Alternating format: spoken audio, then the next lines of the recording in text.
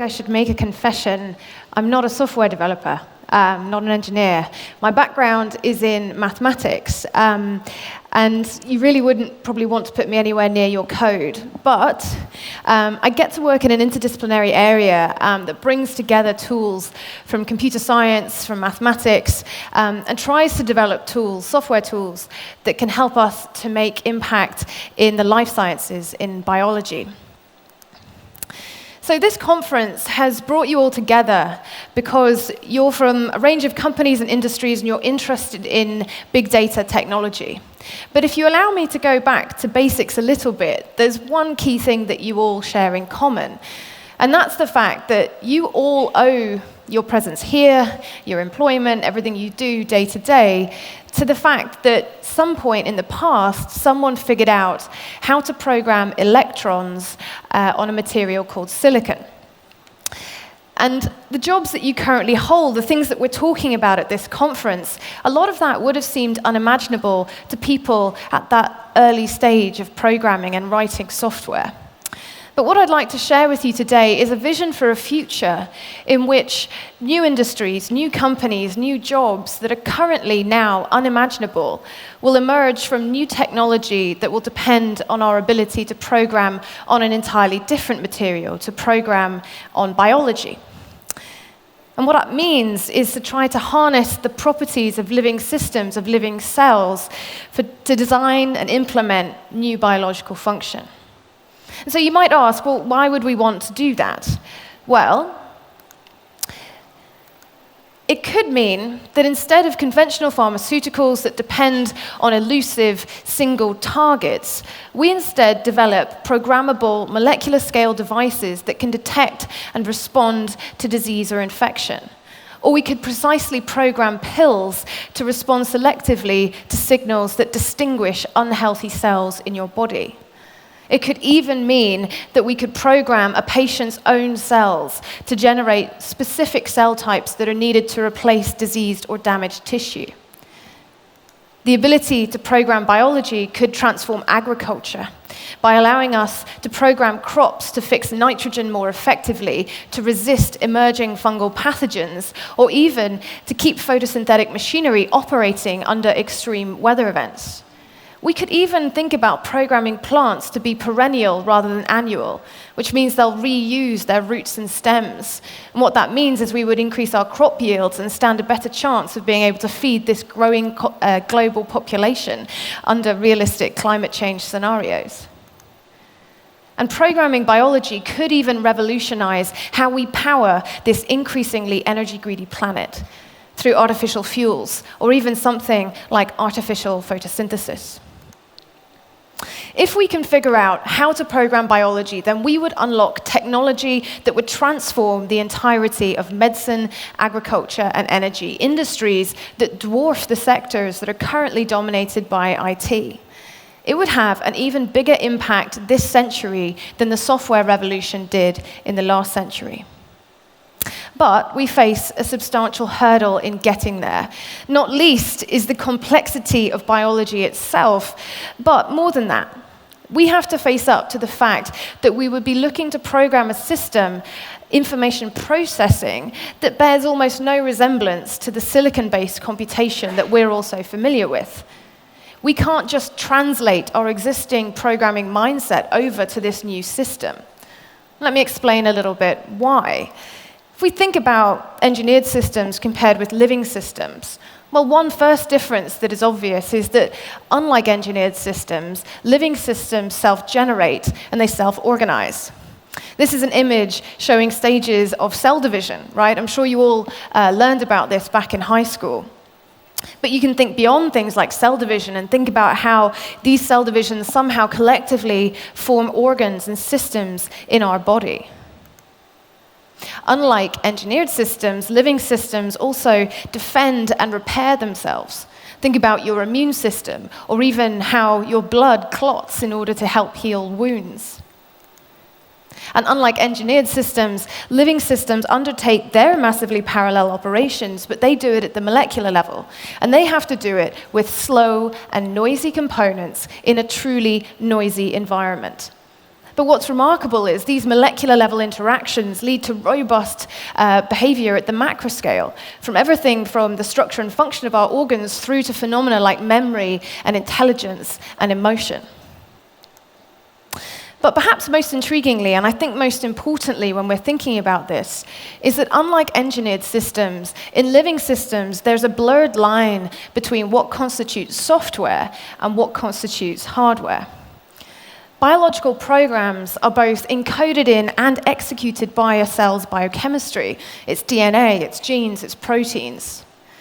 So we have a challenge. We have to understand a noisy, self-generating, self-modifying, self-defending, self-repairing, molecular scale computation. That's a huge challenge, and we're just not there yet. Now, part of the challenge in this is that we've been approaching it in a particular way over the last 50 years. We've had some unbelievable success in molecular biology, but that's been driven forward by deep expertise, years of specialization that have often led researchers to focus on a single protein, a single gene or pathway. So our knowledge has crept forward in trial and error methodologies. And it's meant that we often have been able to identify that we can edit biology before we can figure out why that might work. So, the field needs new ideas and new thinking. New ideas and new thinking to enable us to make biological computation a reality and pave the way to program biological systems. And part of this is to develop new techniques that will allow us to make sense of biological programs that govern critical biological processes. So what I thought I would do for the remainder of this talk is to tell you about some research that I've carried out with collaborators both at Cambridge University and at Microsoft Research, which is where I work. And this is where we've tried to uncover the biological programs that are at work in development as our bodies grow and form. I don't know how many of you were in the previous talk, but as I was listening, I was thinking that this is an example of an interdisciplinary camerata.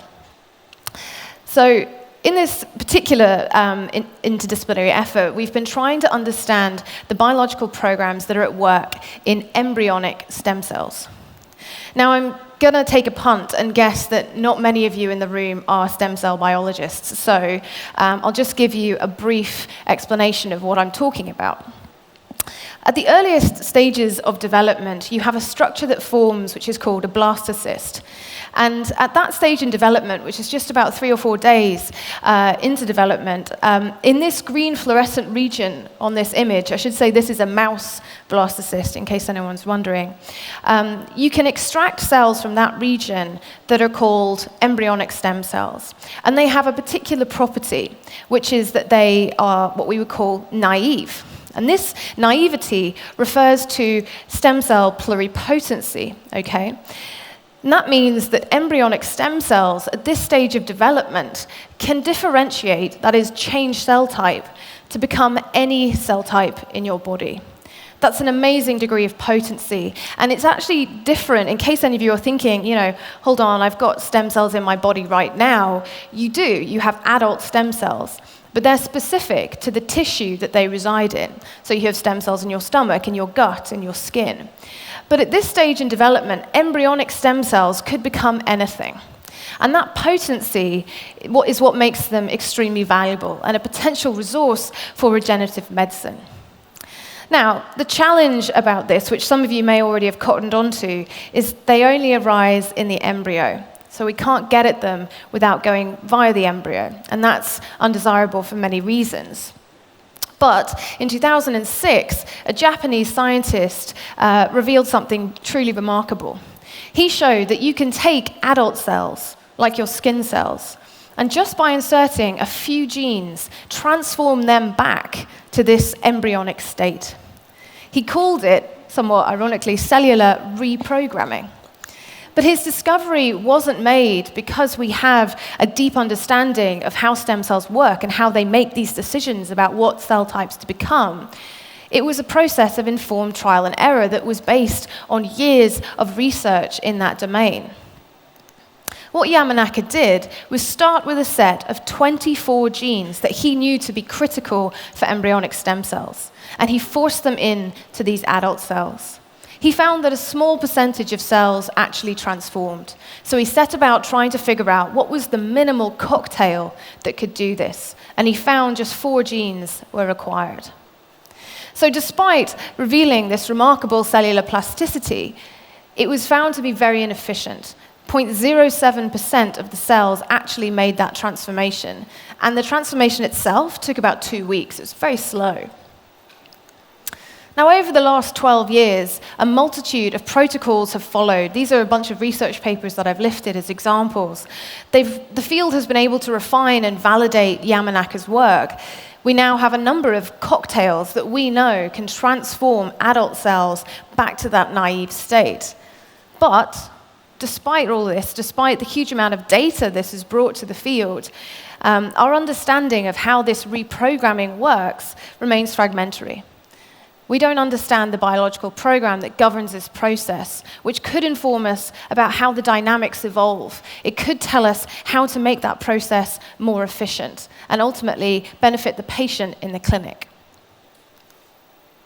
So I think this is kind of a useful picture to have in your head, because what we have in the field is a lot of data. We have our own big data problem, but we have very little understanding of what's going on. And often in the field, you'll see these kind of hairball diagrams where we've done analysis of these data to try to come up with, connections between important components. And we end up with these hairballs.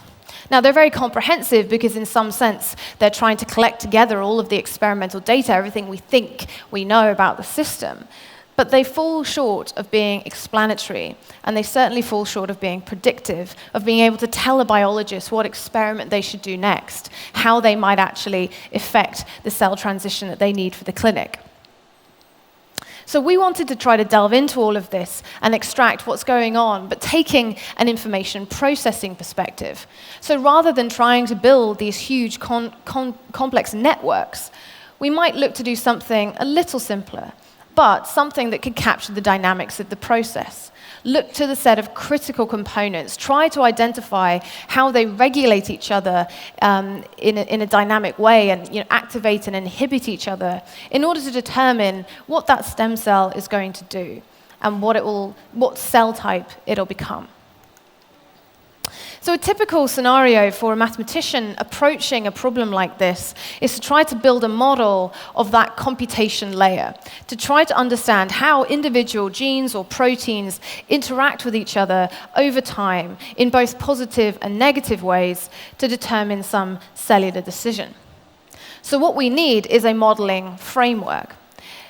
We need to decide how we're going to capture that behavior over time. And a very simple way of doing this, and as a mathematician you tend to start with the simplest explanation, is to use the formalism of Boolean networks. Okay? So I'm sure many of you in the room are familiar with this particular mathematical abstraction. You have a graph that depicts the interaction between your components, so you can have both positive, i.e. activatory interactions, and negative, i.e. inhibitory interactions. And then you have what are called update functions. And these are the and or logic functions that are each node of the network, which tell you how that node will update in response to its regulators. And based on this graph and those update functions which confer dynamics to the graph, we can study what's called the state transition system. And this simply is the graph of how that system will evolve over time if you give it some initial state. And one thing I should say, sorry, I should have said first, in Boolean logic, we're in ones and zeros, okay? So we're abstracting the behavior of genes as on or off, high or low, active or inactive. And so we can track the behavior of the components in our network over time, and we can start to see how this network behaves. Does it stabilize? Does it enter cycles? Can we reach cell states that we know to be reasonable and to be representative of a cell type we're interested in?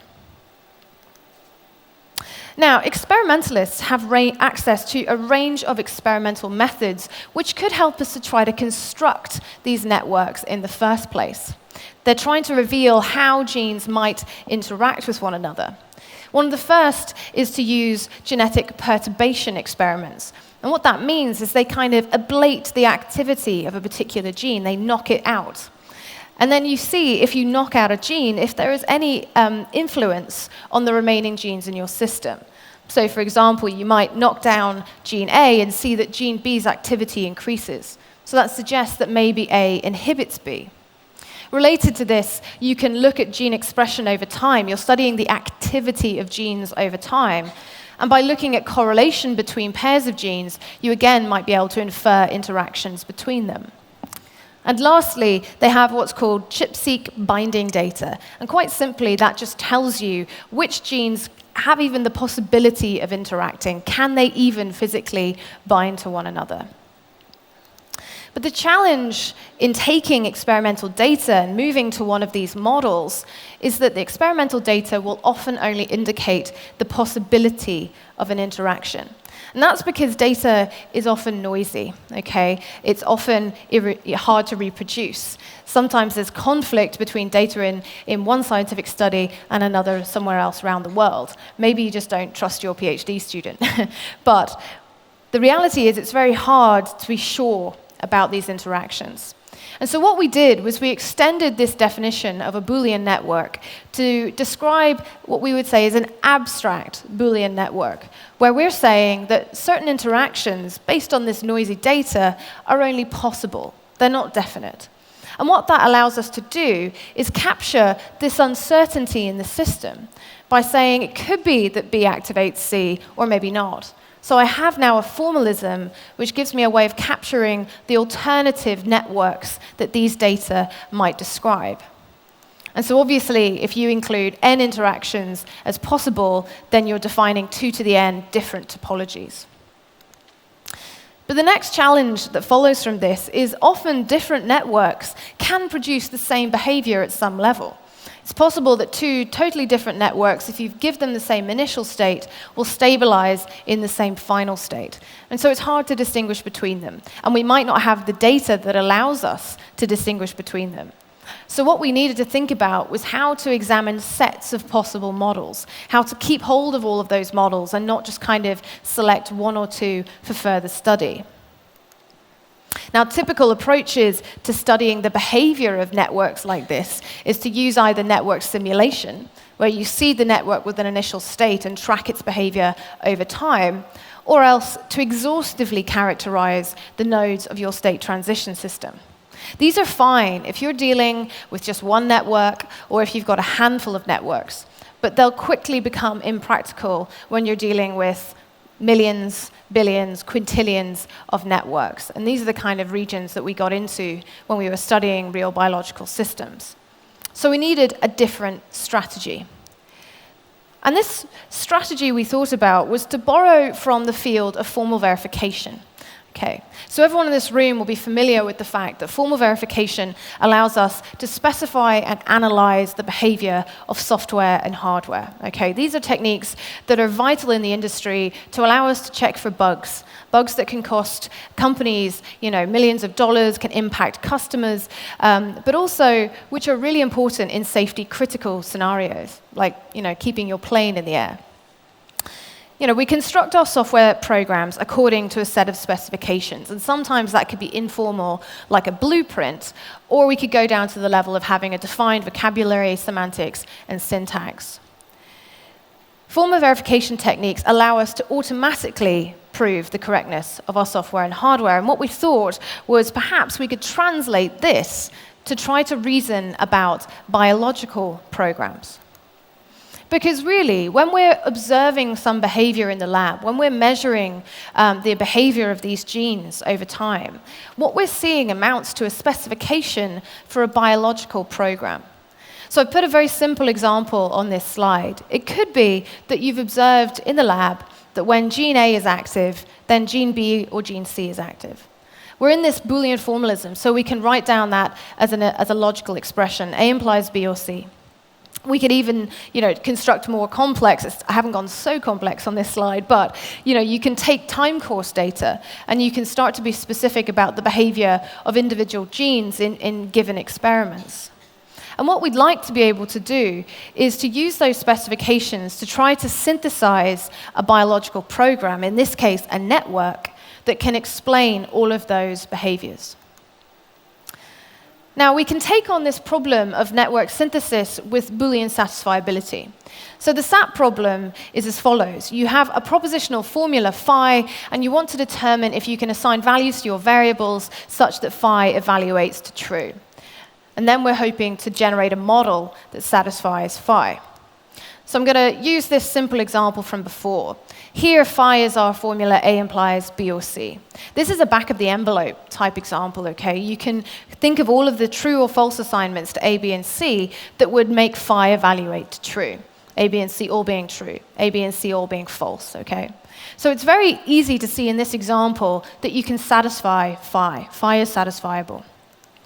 But then what we need to do is solve the synthesis problem, find the networks that can also be consistent with those variable assignments. And the good thing is that here we're getting mathematical proofs that guarantee our model satisfies expected behaviors. And algorithms exist that allow us to solve problem instances like this automatically with tens of thousands of variables and formulas that have millions of symbols. But in reality, Boolean satisfiability is quite restrictive. It deals only with Boolean formulas. So instead, we chose to work with satisfiability modulo theories. This extends SAT solvers with theory solver modules so that we can move from checking satisfiability for propositional logic formulas towards syntactically more rich and semantically more expressive formulas. And that's beneficial in something like biology. We get access to richer theories, bit vectors, integers, and there are theory combination strategies, so we can combine those theories. And also, the field's benefited from standardization. There are SMT competitions, there are benchmark libraries. Now, SAT or SMT problems typically are hard or, in fact, undecidable. But in practice, there are a number of solvers that have been developed that are improved actively. And we chose to work with the Z3 theorem prover, which is the workhorse of program verification across Microsoft, but is also used routinely across the world. So we had to think about how to encode this abstract Boolean network problem as an SMT problem. And what we did was use symbolic logical formulas, okay? Introduce Boolean choice variables to represent the set of possible interactions, the set of definite interactions, and the set of update functions. And then we have state variables that can define the activity of each of our components in each of the experiments at every time step. So it gives us a way of constructing logical expressions that we want to assert to ensure that there's a valid transition between the defined states in each experiment. So constraints are representing observations, experimental observations that we want to make sure are asserted. And so what this allows us to do is to combine different types of biological experiments to capture the different behavior that these cells might be doing over time and under different conditions. And if we take a step back and just think quite literally about the data, this is essentially allowing us to move from gene expression patterns, i.e. the activity of our genes in a given experiment, and to say, right, what I want to do is if I've observed that initially I have some gene expression pattern, and then at some time point later or at the end of my experiment, I've reached a different gene expression pattern, I need to find a network that has a trajectory between those 2 points. I don't know much about what it does in between unless I have additional data, but find me the network that can get from here to here. And to encode those trajectories, we implemented bounded model checking. This is something that's been around for about 20 years. And what bounded model checking allows us to do is check that there exists a path that satisfies the properties we're encoding. So you encode your state space, let's say just the Boolean state space. You encode your transition relation, which is what it means to go from one state to the next. And in this case, our abstract Boolean network is our transition relation. And with bounded model checking, you unroll that transition relation for some number of steps to identify the space of reachable states. The reachable states are then traversed in order to verify the properties. And if the property fails, you get a counterexample. So bounded model checking is looking to see if there is a path that satisfies the properties you've imposed, the experimental observations that we've imposed. And then from this, we have to solve the synthesis problem, finding a model that generates that path. So we have the state variables, we have the system dynamics, we have a set of properties we've encoded, and we find whether or not there exists a path that satisfies those properties, and then we solve the synthesis problem to try to find the network generating that path. And the benefit of implementing this approach is it gives us access to a set of different analysis strategies. So first and foremost, as I've explained, you can solve the synthesis problem. So you can get either a SAT or an unsat result. SAT shows there is a system design, i.e. a network. There are executions, i.e. trajectories, which satisfy your properties. These are your experimental observations. And if you get unsat, then you have proof that no valid system designs exist, up to that value of k that we used in our bounded model checking. And that unsat is a very powerful result, because if we have defined a space of models that correspond to what we think we know about the system, and then we impose experimental properties that say this is what that network should be able to do, and we get unsat, that's telling us we're missing something. We're missing an interaction, or we might be missing a key component in the system. We can also enumerate alternative networks. You just have to add an additional constraint. Find me a model that's not the same as a model that I found before. And we can also impose some optimization constraints as well, defining a property like the size of your design, which in this case could be, the number of interactions in your network. And you want to find a solution and then assert that it's smaller than one you found before. So we took this kind of approach in these strategies and we put them together into a tool that we call the Reasoning Engine for Interaction Networks, or RAIN for short. This is a tool that we've made available to the community, which is free to run, free to use. It's an HTML5 app, and so I've put links if anyone does have the urge to start doing some biological experiments. But what this allows us to do is to encode an abstract Boolean network, what we think might be going on between our genes and proteins, to impose our experimental observations and say, look, this is what should be happening with that network. And then RAIN, in this kind of Space Invaders type format, will synthesize all of the concrete networks that can do that. Each of them corresponds to a column.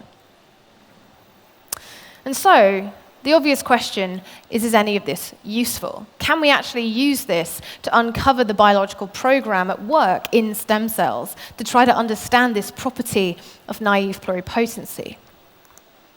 This was our starting point. Based on years of work from experimental biologists, we knew a little bit about critical components that we had to understand. So we have a set of genes that are shown here. We have some input signals, which are the culture conditions that those cells are put in. And we knew a little bit about how those culture conditions started to get into that system. But beyond that, we didn't know anything else. We didn't know how all of these genes interacted with each other in a dynamic way to determine what that stem cell was going to do. So we couldn't predict what it was going to do in any capacity.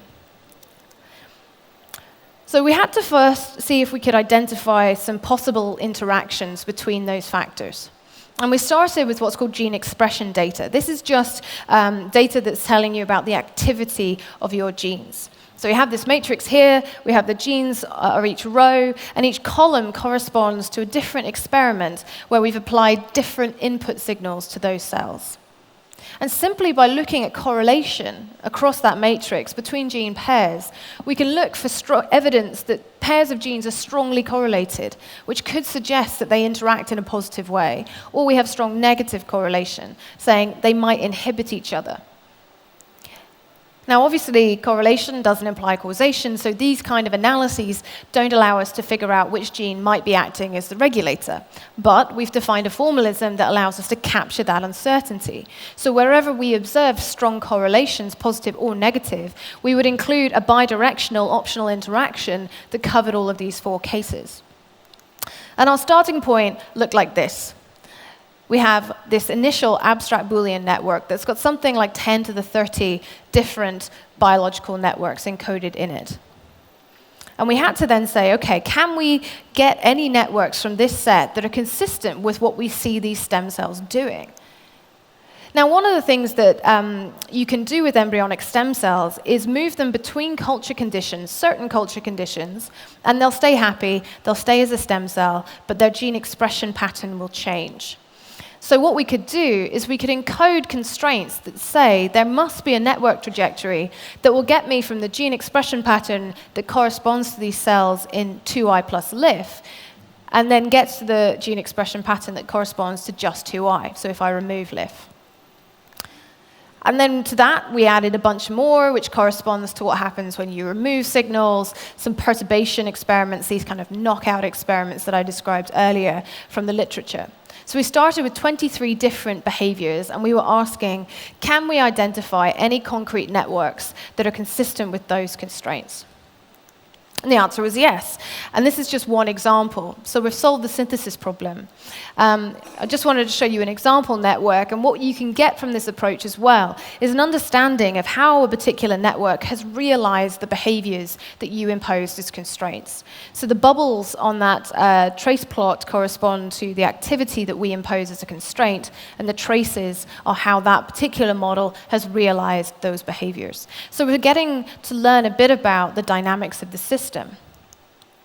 But critically, having started from this big mess, we can use this approach to try to prune that network down a bit, because we can ask these solvers, what's consistent across all models? Which interactions have to be present to satisfy those constraints, and which have to be absent?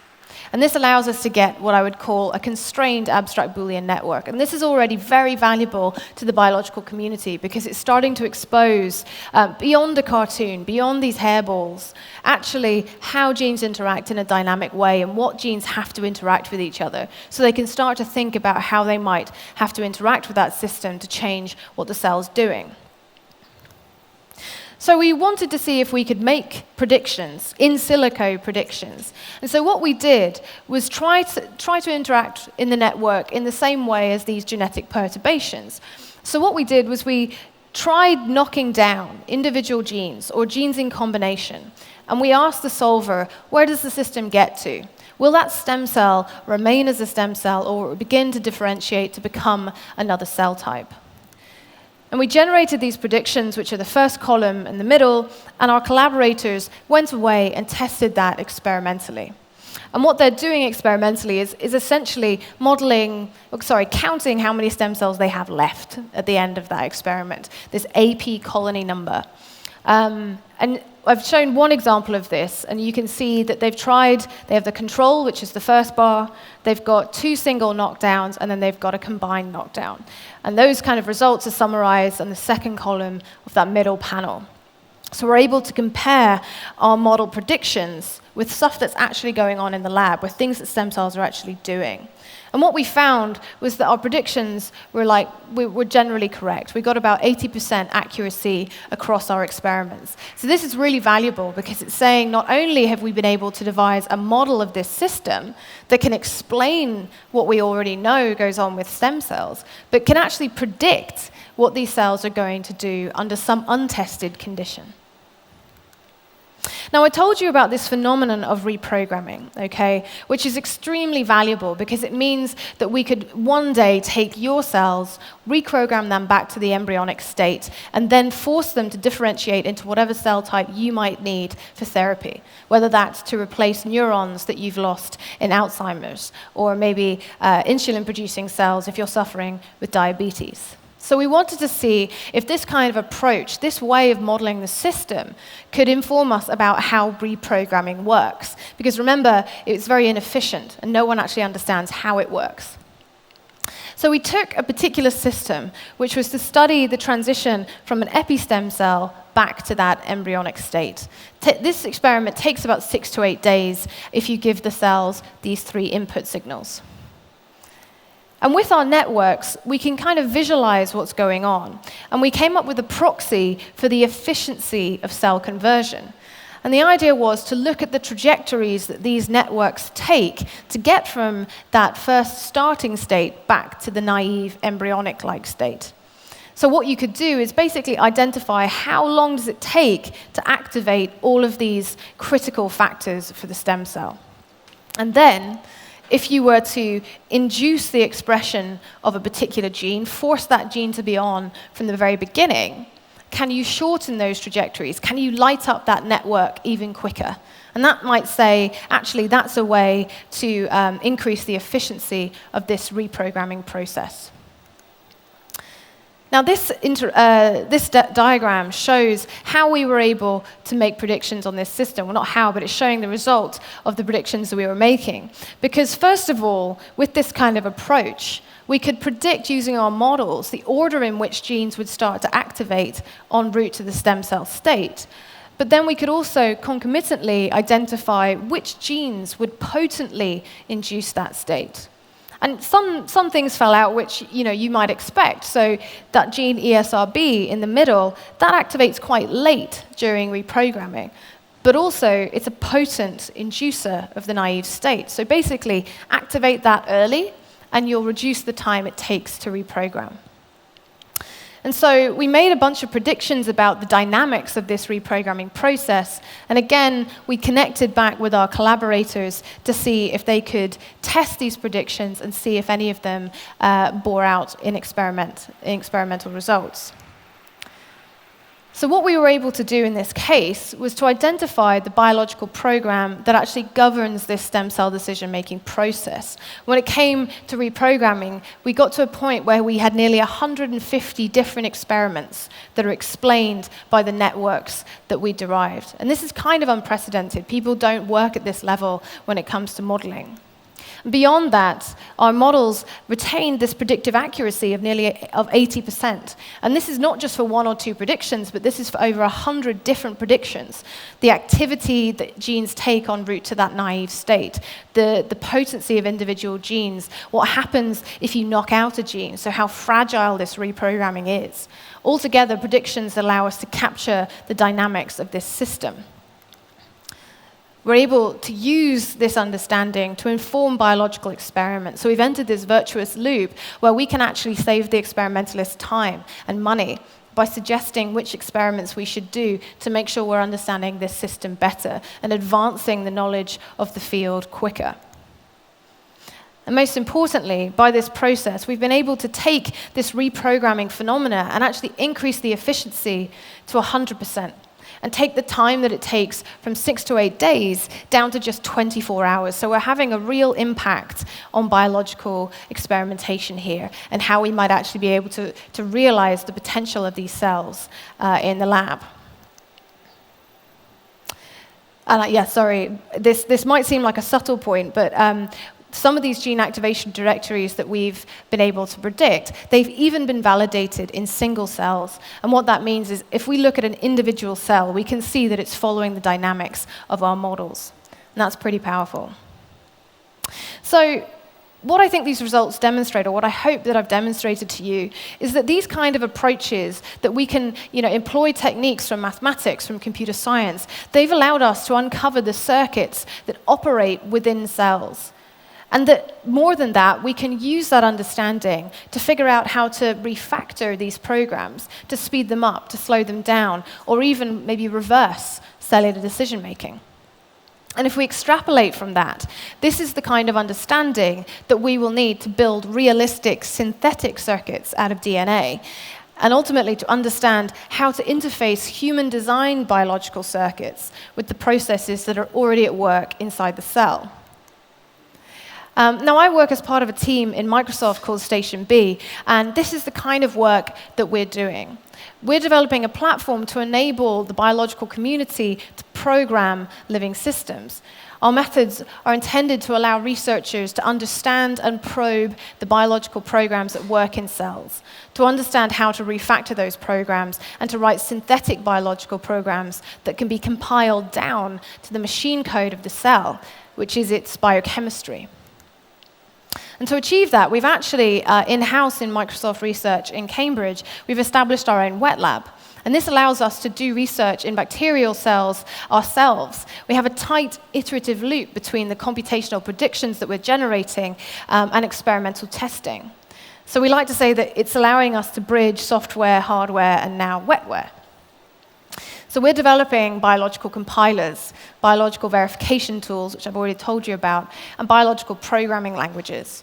And we've established partnerships both with companies like Oxford Biomedica and Synthase, but also academic collaborations like with Princeton University and the work that I've told you about in stem cell biology with Cambridge University. These are the kinds of tools and steps that are needed to take us towards that goal of actually programming biology in reality. And so, while I appreciate that a lot of what I've talked about might seem very far away from day-to-day life of a software engineer right now, and perhaps what's brought you to this conference this week, I can promise you that in the near future, there will be jobs in this domain, many of which, just like in the first days of programming on silicon, are currently unimaginable. But that in the future, we're going to be programming not on silicon, but we're going to be programming life. So thank you very much for your attention, and it's just really important for me to acknowledge the Camerata, which is a great new word I've learned now, who've worked on this project with me, experimental collaborators from the University of Cambridge and University of Padova, Amy Graziano in Austin, and Bojan Jordanov, who's a colleague at Microsoft Research, who's much more of an expert in formal verification than I am. And lastly, thank you to you for your attention.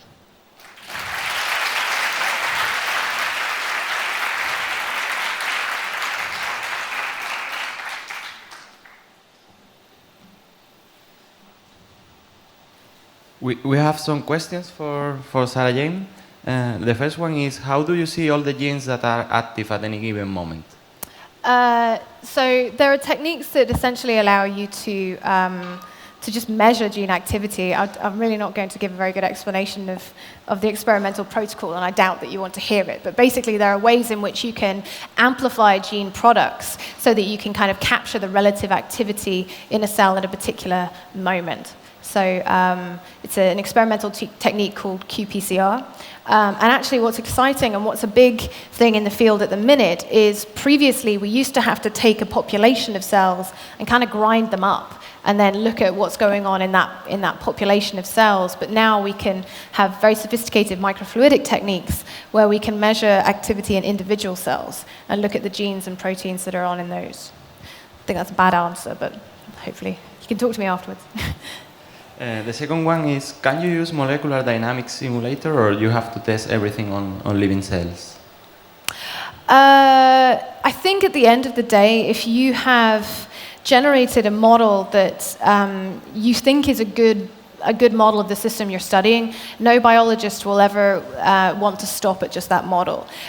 They'll want to know that key predictions are bearing out in real life. And so in a sense, a lot of this work is an experimental tool, just like our experimental techniques to measure gene activity, to measure protein activity. So we usually have to go back to the cell to check what that system's doing. But the critical thing is you can form a bunch of experiments computationally before you have to go to the wet lab to try to prioritize your experiments. And also, there are things that you can do with computational modeling that perhaps aren't possible in a lab. Maybe they're very expensive, or even maybe they're unethical for various reasons. So computational modeling is a very valuable tool to help test the assumptions you have of a system and then identify the key experiments that you should perform. The third question is, do stem cells not degrade over time like real cells? Or? So, actually, this is the remarkable thing about stem cells. So they have this kind of infinite potential. They just keep dividing and dividing. So adult stem cells, the pools of stem cells that you have in your body, keep getting replenished, because when a stem cell divides, it will produce copies of itself again. Embryonic stem cells are different in the sense that they kind of appear, then they differentiate and they're gone. So those ones do disappear, but stem cell populations have a way of replenishing themselves so that they're always there. Okay, and the last question is, if we could reprogram cells, then could it be that one day we could stop people from aging? And if so, what are the ethical implications on this? I mean, that's a big question. There's a lot of research into how stem cell biology might be able to help us tackle this aging problem. Mostly, again, because if you could figure out a way to keep replenishing those cell populations, then you might not have the degeneration of tissue that we see in kind of typical human aging. Ethical questions around this, I think I'm not in that domain, so I hesitate to talk too much on it. But I think that the way to think about some of these technologies and the way to think about using tools like this, it's kind of an extension of pharma.